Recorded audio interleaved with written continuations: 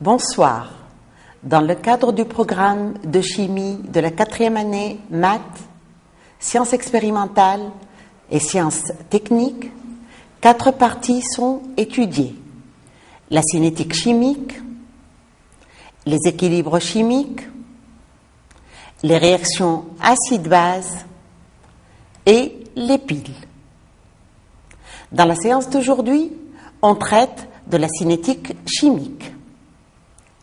La cinétique chimique est l'étude de l'évolution temporelle des systèmes dans lesquels se produisent des réactions chimiques. La notion centrale de la cinétique chimique est celle de la vitesse de la réaction. Les objectifs de la séance, conformément au programme officiel, concernent l'avancement d'une réaction, la vitesse d'une réaction chimique et les principaux facteurs cinétiques.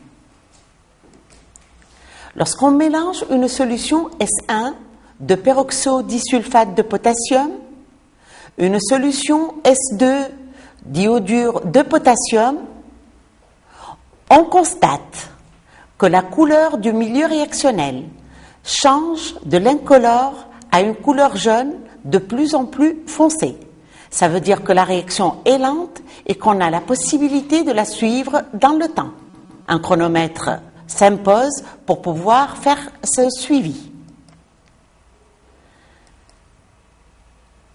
L'avancement d'une réaction est un nombre réel positif noté X et exprimé en mol qui permet de décrire quantitativement un système chimique en cours de transformation. Pour suivre l'état d'un système à tout instant, on doit dresser un tableau d'avancement ou tableau descriptif. Pour cela, on doit déterminer la composition du mélange à un état initial, un état intermédiaire et un état final. Le tableau d'avancement comporte en première ligne l'équation de la réaction. Dans ce cas, cette réaction est S2O8 2 fois moins plus 2I moins qui donne 2SO4 2 fois moins plus I2. La deuxième ligne comporte l'état du système, l'avancement, les quantités de matière, des réactifs et des produits exprimés en mol. À l'état initial, la réaction n'a pas commencé, donc l'avancement est nul. On note par N01 le nombre initial de mol de S2O8 2 fois moins.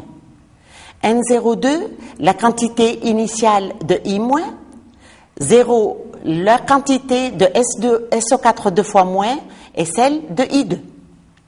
À un état intermédiaire, l'avancement devient X, les quantités de réactifs diminuent, celles des produits augmentent, l'expression des quantités de matière deviennent, le nombre de S2O8 2 fois moins est égal à N01 moins X, celle de I- est égale à N02 moins 2X, celle de SO4 2 fois moins est égale à 2X, et celle de I2 est égale à l'avancement X.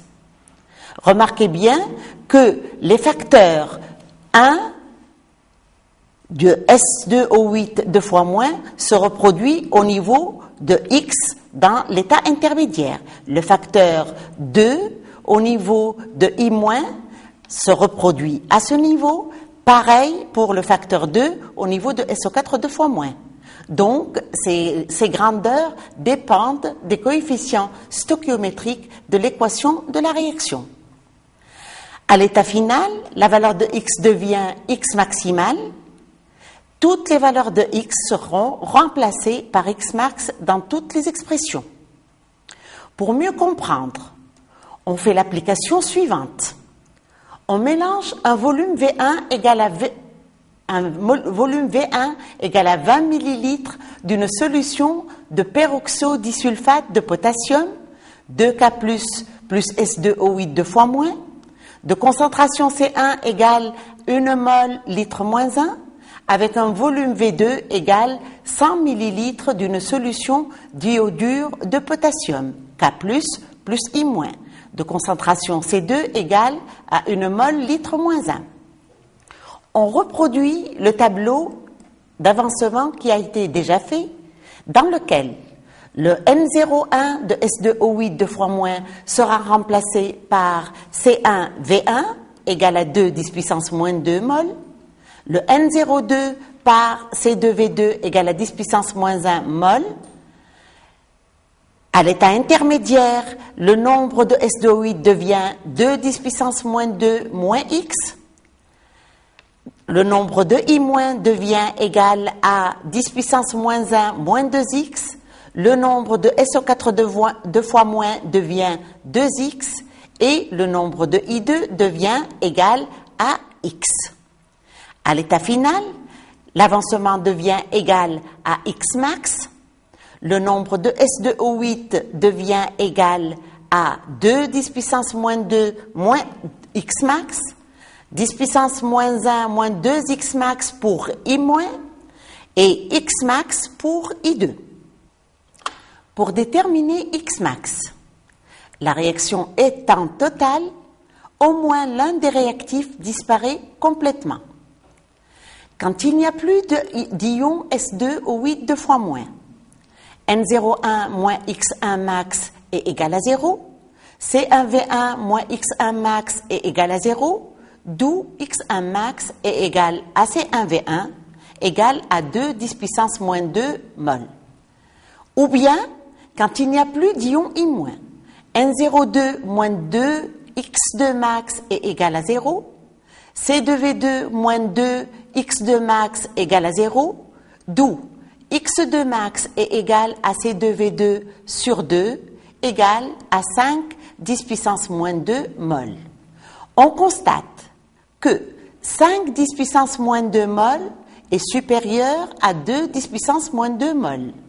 Le réactif en excès est l'ion iodure, le réactif limitant est l'ion S2O8 2 fois moins.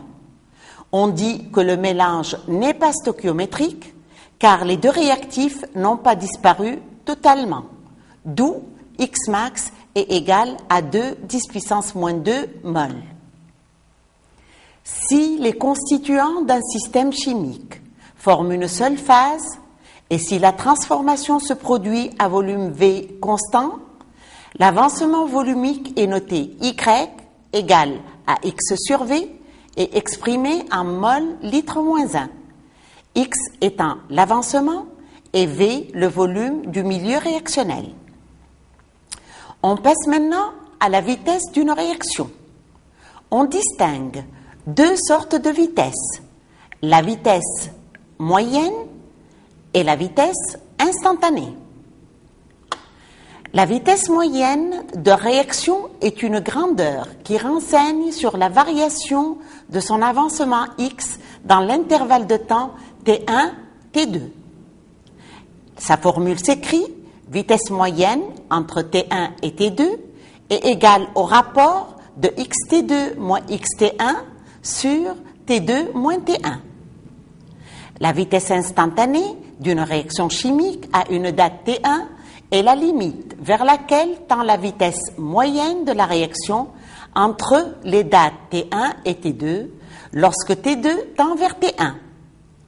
La vitesse à l'instant T1 est alors égale à la dérivée par rapport au temps de l'avancement X à cet instant T égale à T1. Cette vitesse est exprimée en mol par unité de temps, généralement mol minute moins 1, mol seconde moins 1, etc., selon les données du problème.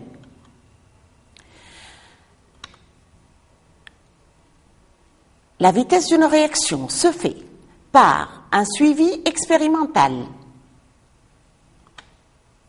un traçage de courbe x égale f de t et une détermination graphique de la valeur de la vitesse instantanée. Le dispositif expérimental est constitué d'un support, d'un agitateur magnétique, d'une burette graduée qui contient une solution titrante de thiosulfate de sodium, d'un bécher dans lequel on place un barreau magnétique et on met à le prélèvement du mélange réactionnel fait à un instant T, d'où la nécessité d'un chronomètre. On dispose de une solution S1 de peroxodisulfate de potassium 2K+, plus 2 plus S2O8 deux fois moins de concentration molaire C1, S2, solution d'iodure de potassium K+, plus I-, de concentration molaire C2, S3, solution de thiosulfate de sodium 2Na+, plus S2O3 deux fois moins, de concentration molaire C3, de l'emploi d'amidon. Les couples redox mis en jeu sont I2, I-, S2O8 deux fois moins, SO4 deux fois moins, S4O6 deux fois moins, S2O3 deux fois moins. La réaction étudiée est une réaction lente et totale. Elle fournit des ions sulfate SO4 deux fois moins et du diiode I2 responsable de la coloration brune du milieu réactionnel. Elle s'écrit de la façon suivante. La première demi-réaction concernant le gain d'électrons s'écrit S2O8 deux fois moins plus 2 électrons donne 2 SO4 deux fois moins. La demi-réaction d'oxydation qui se rapporte à la perte d'électrons s'écrit 2I- qui donne I2 plus 2I-, 2 électrons. L'équation d'oxydoréduction qui se fait par transfert d'électrons s'écrit S2O8 deux fois moins plus 2I- donne 2 SO4 deux fois moins plus I2. Pour suivre l'évolution de cette réaction, on doit déterminer à différents instants la quantité de diiode formée. Pour cela, on doit ralentir considérablement la réaction à la date T en faisant une trempe, c'est-à-dire une diminution significative de la température du prélèvement utilisé. On ajoute alors de l'eau glacée. Déterminer à cette date la quantité de diiode. Pour cela, on doit utiliser une autre réaction, totale et instantanée, celle du dosage du diiode I2 par les ions thiosulfate S2O3 deux fois moins. L'équation bilan de la réaction de dosage s'écrit I2 plus 2S2O3 deux fois moins donne 2I- plus S4O6 deux fois moins. On reconnaît le point d'équivalence par la décoloration du milieu réactionnel.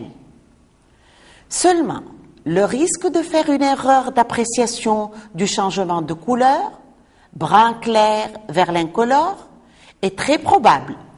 Pour cette raison, on ajoute quelques gouttes d'emploi d'amidon dans le récipient qui a la propriété de devenir bleu nuit en présence du diiode. Le passage de la couleur bleue à l'incolore est plus net. À l'équivalence, il y a disparition complète des ions thiosulfate et de la quantité de diiode. Donc on a nombre de I2 égale nombre de S2O3 deux fois moins sur 2. La condition d'équivalence serait nombre de I2 égale à C3 V3 sur 2. À partir de ces expériences, on a la possibilité de remplir le tableau qui nous ramène au traçage de la courbe x égale f de t. Pour la détermination de la vitesse moyenne, on peut considérer deux points de la courbe qui correspondent aux instants T1 et T2, la vitesse moyenne entre les instants T1 et T2 s'écrit égale à x2 moins x1 sur T2 moins T1. Pour déterminer la vitesse instantanée, on considère un point de la courbe qui correspond à un instant T1. On trace au point considéré la tangente à la courbe et on détermine la valeur de la pente de cette tangente. La vitesse à l'instant T1 s'écrit x1 moins x0 sur T1 moins T0 avec bien sûr T0 égale à 0. On définit aussi une autre grandeur ou bien une autre vitesse qu'on appelle la vitesse volumique. Si les constituants d'un système chimique forment une seule phase et si la transformation se produit à volume V constant, il est commode de définir une vitesse volumique instantanée de réaction. La vitesse volumique est égale au rapport de la vitesse instantanée sur le volume V du milieu réactionnel. C'est encore égal à 1 sur V dx sur dt, x étant l'avancement de la réaction, ou bien directement dy sur dt avec y l'avancement volumique. Autre expression de la vitesse. On considère l'équation générale d'une réaction chimique qui, à l'état initial, renferme seulement les réactifs A et B. Elle s'écrit AA plus BB qui donne CC plus DD. L'avancement X s'écrit X égale N0A moins NA sur A, N0B moins MB sur B, NC sur C, ND sur D. D'où les autres expressions de la vitesse. Sachant que la vitesse est égale à la dérivée de x par rapport au temps, donc on peut déterminer mathématiquement la première expression moins 1 sur A dNA sur dt, la seconde moins 1 sur B dNB sur dt, 1 sur C dNC sur dt, 1 sur D dND sur dt. On constate que la vitesse de la réaction dépend de quelques paramètres qu'on appelle les facteurs cinétiques. Parmi ces facteurs cinétiques, on commence par l'influence de la concentration initiale des réactifs.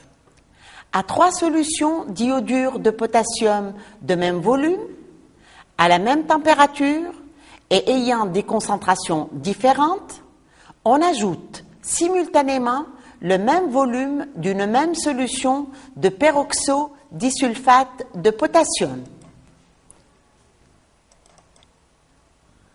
La première solution a une concentration de 0,1, la deuxième 0,01, la troisième 0,001. On constate que la couleur jaune arrive beaucoup plus rapidement dans le premier cas que dans le deuxième, que dans le troisième cas. Donc on peut conclure que la vitesse de la réaction augmente avec la concentration initiale du réactif. La deuxième partie, le deuxième facteur cinétique qu'on considère est la température. L'influence de la température, 2 solutions d'iodure de potassium de même volume et ayant la même concentration, on verse simultanément le même volume d'une même solution de peroxodisulfate de potassium. On constate, comme l'indique l'animation, que dans le bécher qui se trouve dans le chauffe-ballon, la couleur devient plus foncée très rapidement. Le deuxième aussi, la couleur se transforme, mais après le premier. Donc, la vitesse augmente avec la température. Comme troisième facteur cinétique, c'est le catalyseur. Alors, on considère deux solutions d'iodure de potassium de même volume et ayant la même concentration et à la même température. On verse simultanément le même volume d'une même solution de peroxodisulfate de potassium. Comme vous voyez sur l'animation, le bécher de gauche contient le catalyseur, celui de droite ne le contient pas.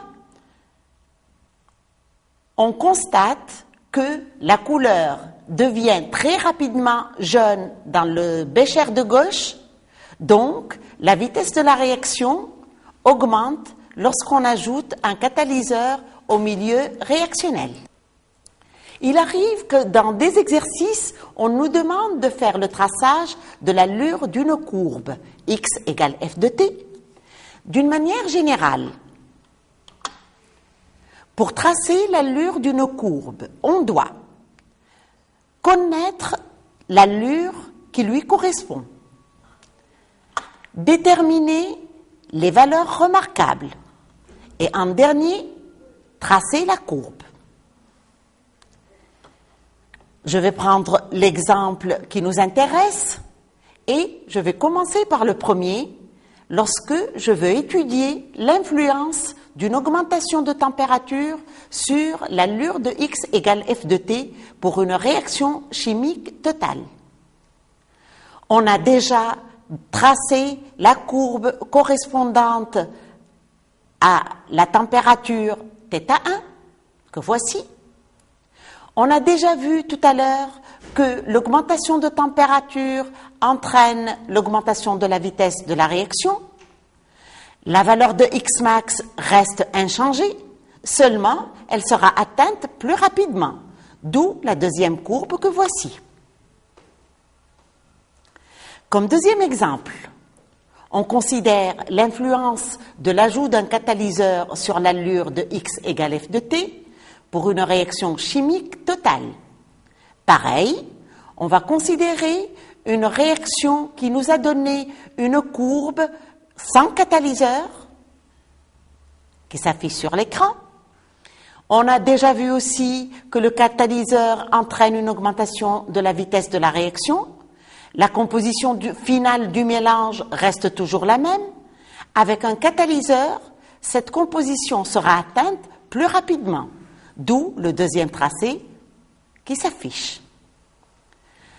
Comme troisième exemple, l'influence de l'augmentation de la concentration de l'un des réactifs sur l'allure de x égale f de t pour une réaction chimique totale.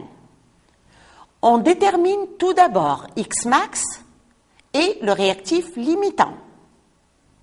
Deux cas se présentent.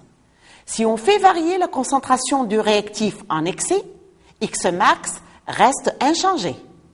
À ce moment-là, on va avoir tout simplement ce Xmax qui sera atteint plus rapidement, d'où les deux allures qui s'affichent. Si par contre, on fait varier la concentration du réactif limitant, on doit vérifier s'il reste ou pas limitant, puis on calcule la nouvelle valeur de Xmax et on trace la courbe. Je vous laisse le soin de le faire. Reste aussi une question qui peut être posée, c'est la détermination du temps de demi-réaction. On sait que pour toute courbe tracée, on peut indiquer la valeur de Xmax. Le temps de demi-réaction est défini comme étant la durée nécessaire pour que la valeur de l'avancement devienne égale à la moitié de l'avancement maximal. Je profite, puisque j'en ai deux courbes, on profite pour dire que le temps de demi-réaction pour la réaction la plus rapide est inférieur au temps de demi-réaction de la réaction la plus lente, dans les mêmes conditions bien sûr. On traite un petit exercice d'application dont l'énoncé, je lis, à la date t égale 0, on réalise à une température θ1 le mélange de V1 égale 60 ml d'une solution S1 de peroxodisulfate de potassium de concentration C1 et V2 égale 40 ml d'une solution S2 d'iodure de potassium de concentration molaire C2, la réaction d'oxydoréduction qui se produit est totale et a pour équation 2I- plus S2O8 2 fois moins donne I2 plus 2SO4 2 fois moins. On prélève à différentes dates des volumes V égale 10 ml de ce mélange que l'on refroidit dans l'eau glacée. Dans chaque prélèvement, on dose la quantité de diiode I2 formée par une solution de thiosulfate de sodium 2Na+, plus S2O3 2 fois moins, de concentration C3 égale à 0,01 mol litre moins 1. La réaction de dosage rapide et totale est la suivante. I2 plus 2S2O3 2 fois moins donne 2I- plus S4O6 2 fois moins. Les résultats des dosages nous ont permis de tracer la courbe de variation du nombre de moles des ions iodures en fonction du temps. Ni- égale F de T. La courbe s'affiche. On demande, en première question, premièrement, pourquoi prend-on la précaution de refroidir le prélèvement? La réponse est, on refroidit le prélèvement avant dosage pour ralentir considérablement la vitesse de la réaction qui se produit entre les ions peroxodisulfate et les ions iodures. La deuxième question est établir le tableau d'avancement de cette réaction en utilisant comme quantité de matière initiale d'ions iodure I-, N0 I-, et comme quantité de mol initiale d'ions S2O8 2 fois moins, N0 S2O8 2 fois moins. La réponse est la suivante. On réécrit un tableau d'avancement exactement comme celui qui a été fait tout à l'heure. À l'état initial, l'avancement x est égal à 0. Le nombre de S2O8 2 fois moins est N0 S2O8 2 fois moins comme ça a été indiqué dans l'énoncé. Il ne faut jamais changer l'indication qui a été donnée au cours d'un énoncé d'exercice. Le nombre initial de I- est égal à N0 I-. On n'a pas encore de diode ni de SO4 2 fois moins. À l'état intermédiaire, l'avancement est X. Le nombre de S2O8 2 fois moins est N0 S2O8 2 fois moins moins X. Celui de I- est N0 I- moins 2X. Celui de I2 est X. Et celui de SO4 2 fois moins est 2X. On n'oublie pas que les quantités de matière sont des quantités de matière qui s'expriment toujours en mol.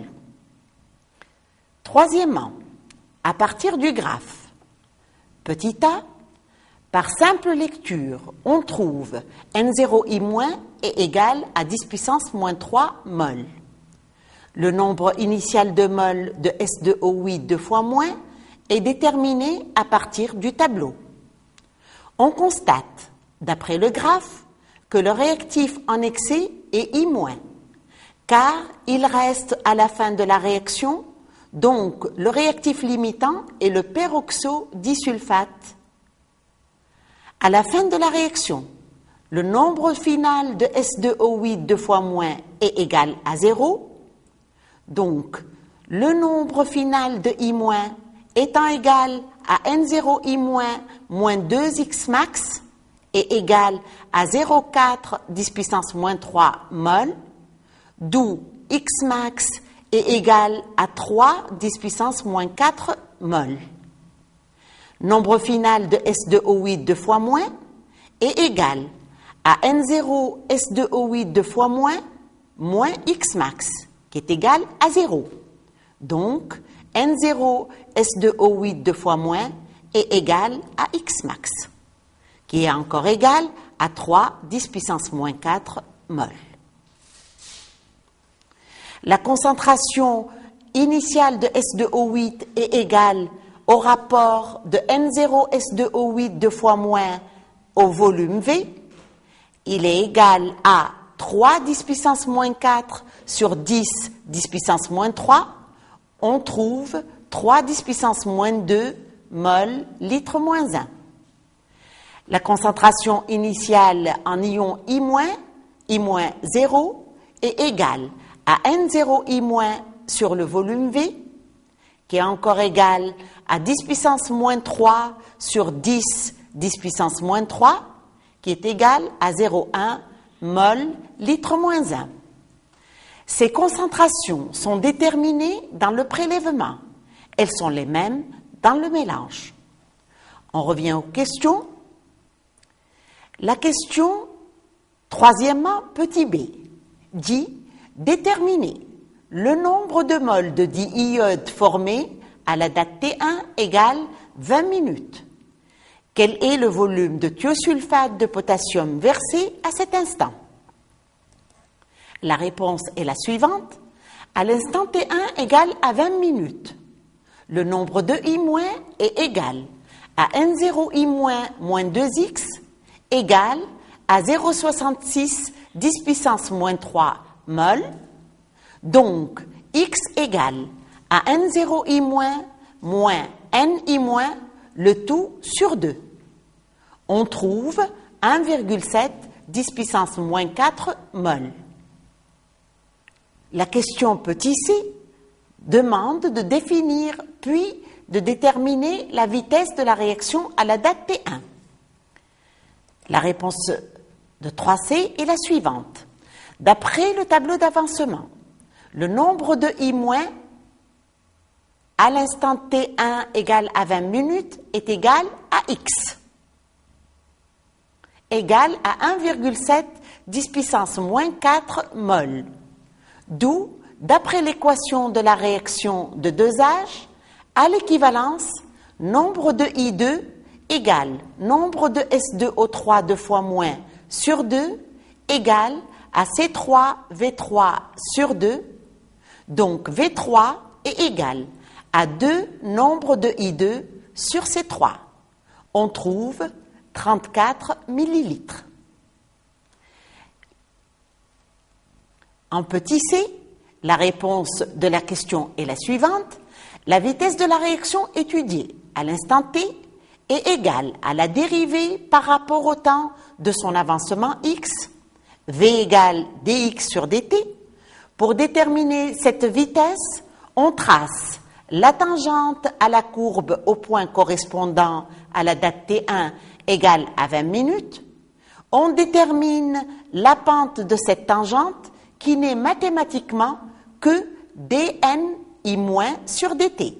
On applique la relation V égale à moins 1 sur 2 dNi- sur dt. La valeur numérique devient égale à 1,1 10 puissance moins 5 mol minute moins 1.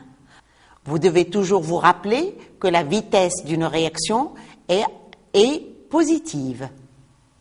Voilà, la séance se termine. J'espère que vous avez profité de cette séance-là. Je vous espère la réussite au baccalauréat ainsi que dans votre vie.